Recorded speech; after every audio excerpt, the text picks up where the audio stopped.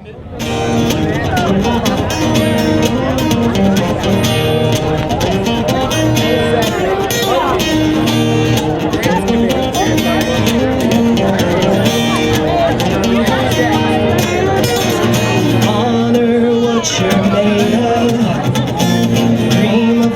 you'll find, it's a spirit that's been kicking inside this pregnant life.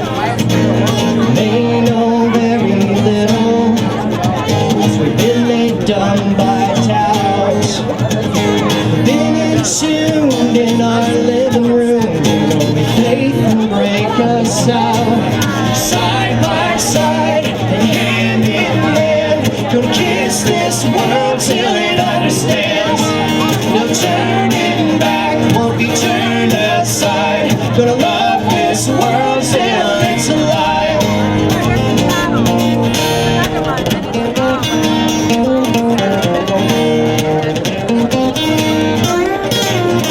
Every day it's something like another body blow. Whatever doesn't kill you sure does a good job on your hope. Keep it level-headed, believe that you can sing. Whistle in the dark, hope for a place to park, and then be ready for anything. Side by side and hand in hand, we'll kiss this world till it understands. No turning back, won't be turned aside. Gonna love this world till it's alive.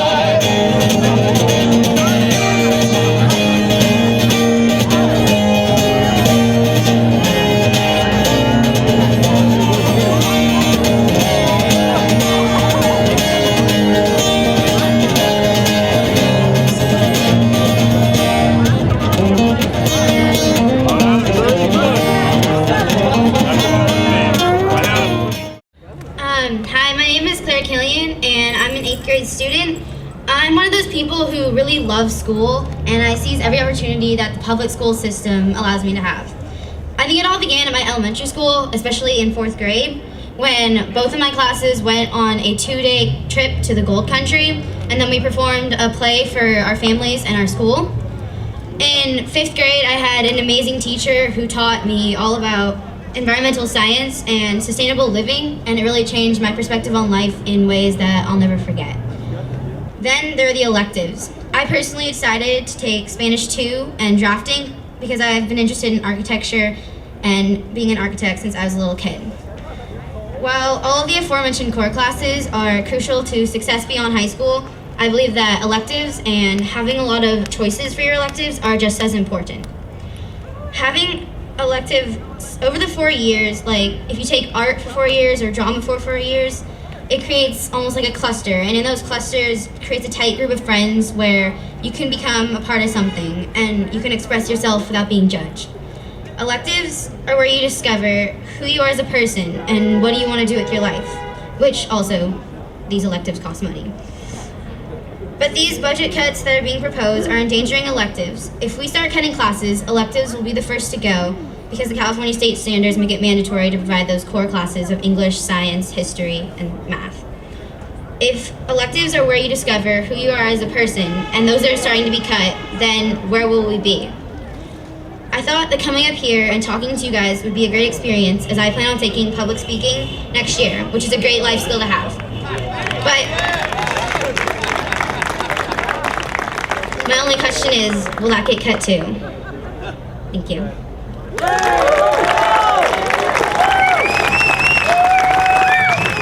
Thank you, Claire.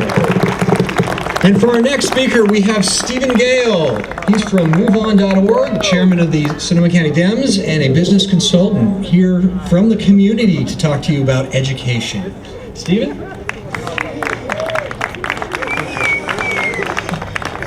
Hello, I'm Stephen Gale, chair of the Sonoma County Democratic Party. And Claire is a good example of why I'm here today, and I'm sure why all of us are here.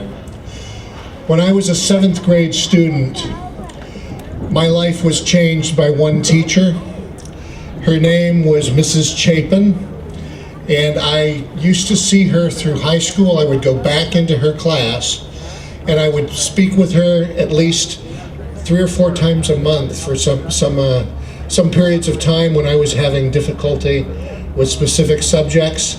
And she literally changed how I saw myself. She changed how I saw the world around me and what was possible. And she's the reason why I am who I am today. I would be willing to bet that every person in this crowd has a similar story about a teacher, about a specific individual who changed their life and who has helped them to be who they are today. I want the future generations of Californians to be able to say what I'm saying today, and that's why I'm here, and that's why it is so important that our political scene be changed in a very positive way.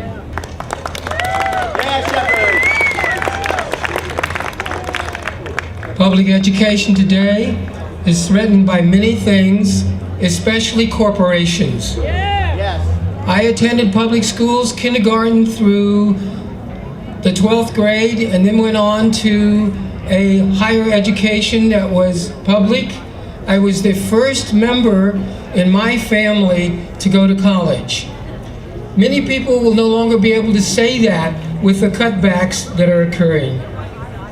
Public education should be for the public, not for corporations who are not people. Too many of our schools today dumb our students down, teaching them to be consuming work objects rather than educated citizens, able to guide our direct democracy. So this makes me angry, but I realize that beneath that anger is a grief for all that we're losing right now by our lack of supporting public education.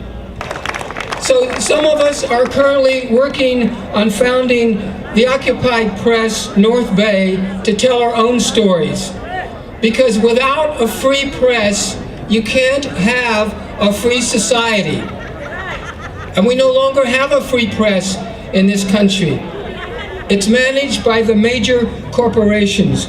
So Occupy has radically transformed the national conversation, and it's time now to allow for a radical transformation in the conversation around public education. We need to reclaim public education as a place to teach the skills of democracy, not merely work skills. Thank you. California, highest class size in the nation, the fewest counselors to student ratio, and the fewest administrators per teacher ratio in the nation, while we in California have the most diverse student population and the highest standards. Since 2008, get this, we have cut $24 million from our budget. That's 20%. Folks, we're not just treading dangerous waters, we are sinking. Folks, do you think we have a revenue problem? Yeah. Do you think we have a revenue problem? Yeah. Do you think we need more money for education? Yeah. So what can you do? Spread the word. The state is dismantling public education. We are in the process of limiting our children's opportunity to achieve the American dream, the ability to work a secure future. We're growing the economic divide by denying our children a quality education. We're creating a divide bigger than the one that ignited the Great Depression. We know what we need to do. We need to say no to the naysayers, no to Norquist and his followers, and a big yes to investing in education, the key to our children's future.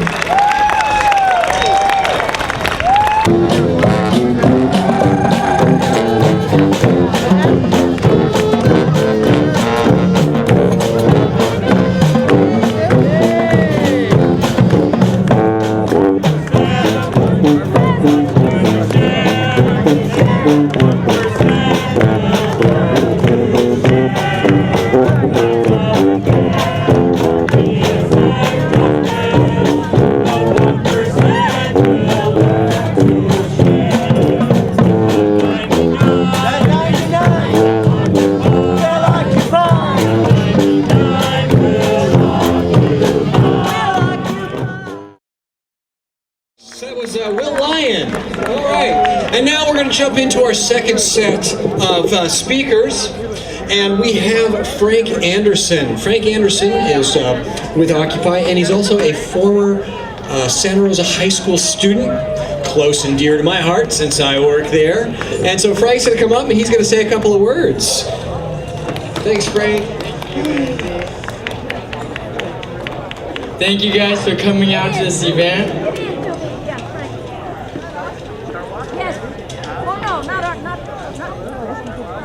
I was born in San Francisco, California. At the age of 2 years old, I was taken away from my home by CPS due to family problems. I've been in the foster care system ever since. I was moved to Santa Rosa and adopted out. I lived with that family until the age of 14. When I was 14 years old, someone reported them to CPS and I was removed because of numerous challenges. I was placed in the Valley of the Moon Children's Home. Ever since I've been in the system, I've been in every placement a foster kid can live in. I've not had an easy life growing up. For a lot of kids, the public education system is an escape from the bad stuff the kids face in their dating lives outside of school. Some of you may be late to this. How many of you can remember when you were a student? I successfully made it through my childhood due to the credit of the 1 or 2 teachers that continually asked how I was doing and cared for me. I graduated from Santa Rosa High, and I'm currently attending the Santa Rosa Junior College.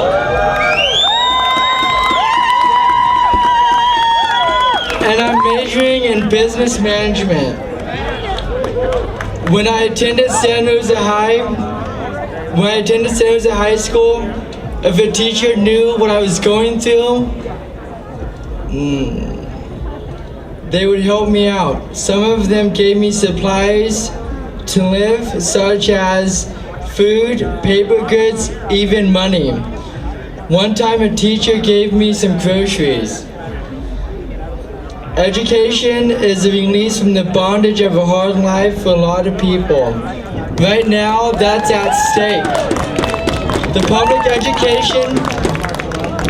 public education system is one thing that should not be messed with. We're here to fix our education system. I feel teachers have done their jobs as educators, and it is time to give them the support they need from our city, county, and state government.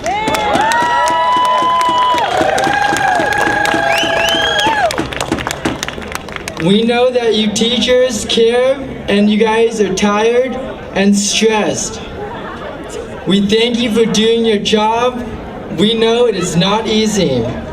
Please rise up and please don't give up. Our students depend on you.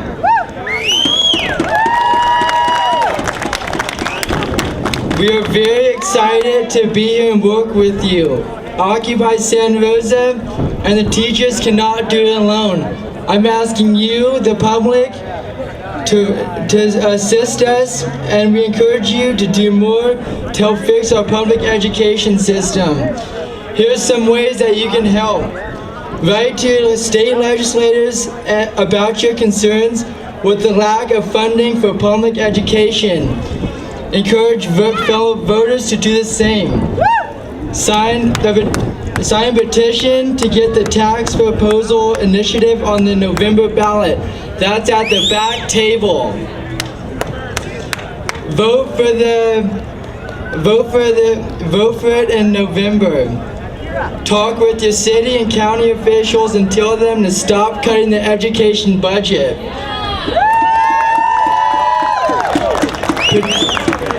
Participate in more actions like this one. You can go to the California Budget Project to get more information about the cuts and what the funding laws are in relation to education at www.cbp.org.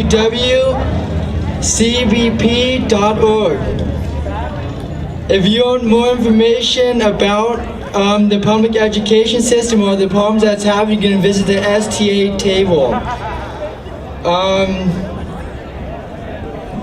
Thank you for coming. I hope you enjoy yourself. Thank you very much. Thank you, Frank.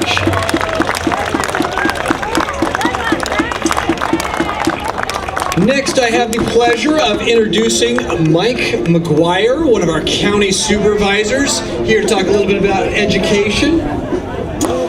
Thank you, Mr. McGuire. Good afternoon! How the heck is everybody doing? Let's give it up for the teachers that are here today, everybody! My goodness! My wife would be here today. She is a proud teacher at Hillsburg High, but she is living the dream in BITSA training today. Let's give it up for BITSA! Oh, yeah! Okay, don't flip me off. So, ladies and gentlemen, I just want to say just a few things, and I also want to introduce Supervisor Efren Carrillo, who is also here today. Supervisor Carrillo, give it up for Supervisor Carrillo. My goodness, everybody. Look, my grandpa was an elementary school teacher and an elementary school principal. As I said, Erica is so proud to teach at Hillsburg High School. And I am here to say that enough is enough. Are you ready? Are you with me? $20 billion worth of cuts over the last 3 years. 30,000 individuals laid off in public education when it comes to K-12 and our community colleges, our state colleges, and our universities. We are shutting schools. Our public education system is not like a corporation. The more cuts you make doesn't make it more profitable. And ladies and gentlemen, we need to stand up and say enough is... I said enough is... That is right. So look, the greatest investment that we can make right here, right now, this very day, is in our kids in our public schools. Are you with me? Ladies and gentlemen, the Board of Supervisors recognizes that 70% of our public high school graduates will not go on to a four-year degree. That is why we are committed to not only investing time and energy, but funds into workforce education. And we also have to focus on that achievement gap. Our graduation rates are lower in there, at 18% of those children graduating from high school in Sonoma County will not graduate. And it's even higher for Latino students. So how the heck are we going to focus on that achievement gap if we continue to cut at that number one equalizer in our society, and that is public education? Are you with me, ladies and gentlemen? So I leave you with this. I'm so proud to stand with you and Supervisor Carrillo and Occupiers Santa Rosa and the California Teacher Association. We are going to fight these additional cuts. We are going to win in November. Are you with me, ladies and gentlemen? Thank you very much, and give it up for all the teachers here.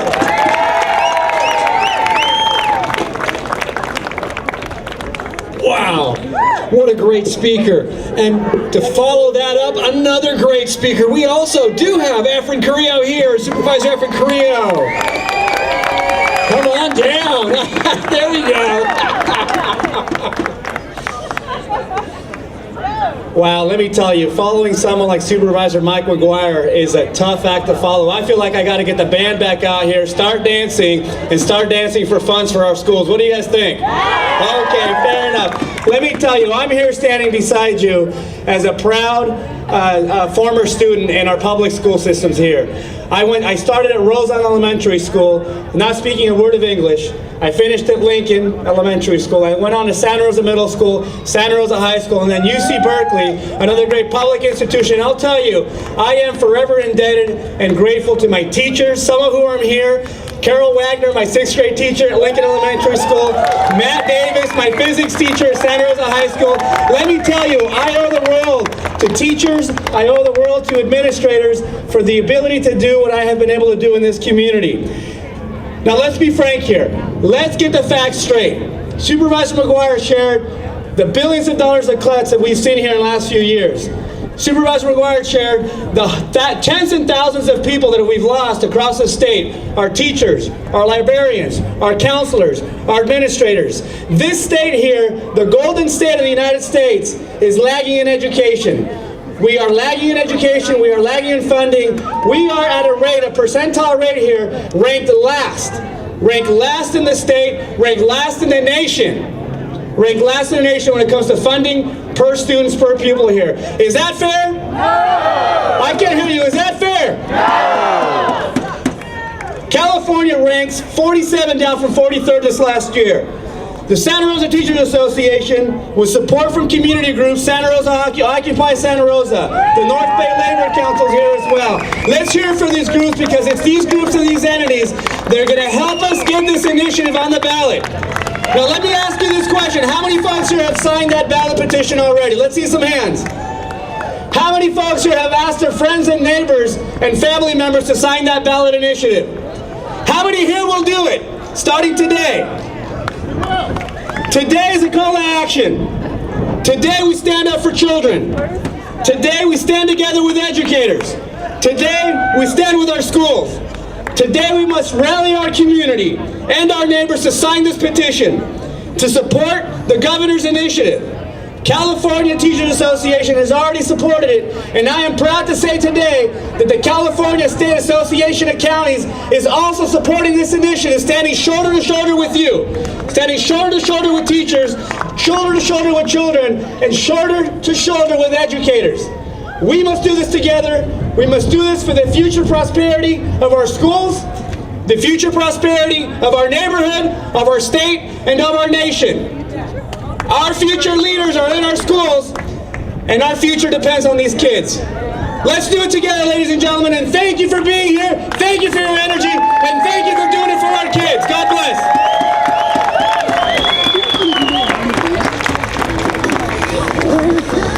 All right, what a great set of speakers have we got. Great elected officials. And next we have David Walls. He is a Sonoma State Professor Emeritus and a former Dean of Extended Education, here to talk to you a little bit more about our subject, education. Mr. Walls, thank you. Good afternoon, sisters and brothers. I bring you greetings and solidarity from the California Faculty Association of the California State University and its local campus, Sonoma State University. Born to be the People's University, as its historian Donald Girth put it, the California State University has fallen on hard times with round after round of budget cuts and student fee increases. Greetings and solidarity also from the 37,000 online members of MoveOn.org in the 6th Congressional District of Marin and Sonoma Counties, and its active council members here in Sonoma and Marin counties. I see you out there. And finally, greetings and solidarity from the North Bay Organizing Project, which is preparing to launch a new task force on education that will draw on the collective wisdom of students, parents, and teachers to tackle immediate problems facing our public schools. Now, we're all aware that funding is at the root of many of the problems we face in public education at every level. Our current tax base is not adequate to meet the needs of a 21st century public education system. So I am pleased to report that the North Bay Organizing Project has endorsed the millionaire tax, heading for the November ballot. Justice Oliver Wendell Holmes said it best: taxes are the price we pay for civilization. Now, the opposite of civilization is barbarism. Of course, I'm aware that Oscar Wilde said the United States was the first country to pass from barbarism to decadence without going through the intervening stage of civilization. But that was just a clever quip. We say, enough of the new barbarians who reject science in the favor of ideology. Enough of the new barbarians who reject critical thinking and accept propaganda unblinking. Enough of the new barbarians who reject public education in favor of private indoctrination. Enough! Let me offer a shout out for one of the member organizations of the North Bay Organizing Project, PODER, for its role in helping keep open Doyle Park Elementary School. Involving the whole community can generate ideas and plans that will revitalize Doyle Park Elementary and make it a center of excellent preparation for students facing the challenges of the 21st century. Now, there are times when the problems facing us look so difficult that I'm reminded of that comment of Woody Allen, quote, "More than any time in history, mankind faces a crossroads. One path leads to despair and utter hopelessness, the other to total extinction. Let us pray we have the wisdom to choose correctly."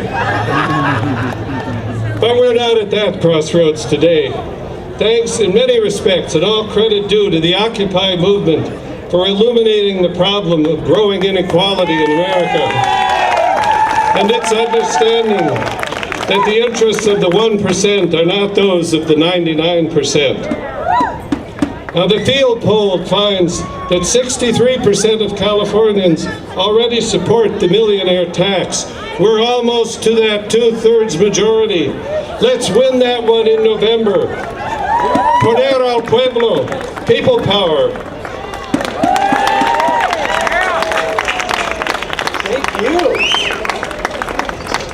David Walls. And finally, we have, for this session, we have Steve Forrest, a teacher over at Montgomery High School. I'd like to bring in those teachers to tell you about what they're doing. So, I'd like to introduce Steve. Good afternoon. Matt Damon couldn't make it here today, so they got me instead. Another guy with a shiny round head. Thanks especially to those of you who are not teachers, who are here in support of education. And those of you who have your doubts and concerns about teachers, I hope you'll hear us out. I could talk to you directly about budget cuts, budget cuts, overcrowded classrooms, budget cuts, testing fatigue, budget cuts, the demonization of teaching, and the devaluation of education. And did I mention budget cuts? I could talk to you about these things, but what would be the point? No, instead I want to talk to you about something else we all have in common, and I don't mean that look of total and utter astonishment at the pernicious bipartisan orgy created by the super PACs. No, that thing I'm talking about is a great teacher. Not just any great teacher, your great teacher. You know the one who mattered to you. The one who fostered and made you aware of your own love of learning.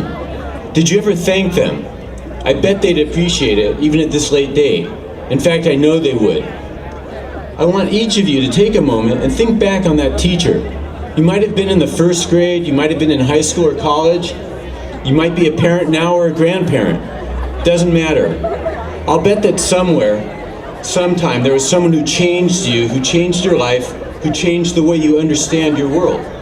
I'll bet that person made it so you could see things and think things you'd never thought before. They probably changed the way you felt about yourself, and probably for the better. They might have done it directly or accidentally. It doesn't matter. Once you're a learner, the rest is gravy. I'll bet that if you think back on that teacher and the value they had for you, it did not involve passing a test. Any test. You probably can't even remember a single fact they taught you.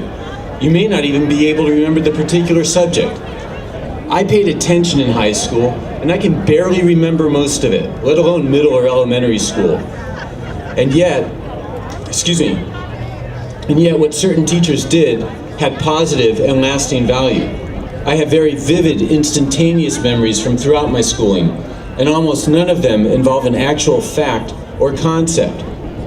Isn't that a conundrum?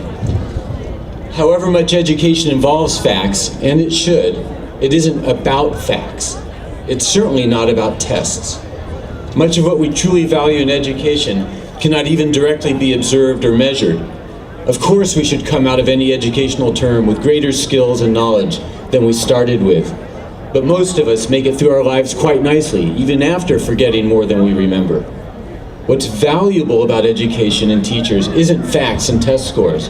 It's learning to pay attention, to love and value learning, and developing the ability to adapt learning across new and diverse contexts. I'm talking about education as inherently liberal, and I don't mean in a narrow political or economic sense. I mean education's deepest role, what good teachers universally do, is enable us to learn on our own, to make sense and value of the world we find ourselves in, and to become active agents in our own lives. Is there a test for that? I'm not here as an apologist for bad teachers or a bad educational system or a bad anything. I want to see things improve and change in education, and the list is long. Nobody has a monopoly on wisdom, but it doesn't make sense to me to starve the subjects, then blame them for not managing their malnutrition any better. For better or worse, teachers are society's designated proxies for inculcating virtually every social value, from the 3 R's to character formation. It's schizophrenic.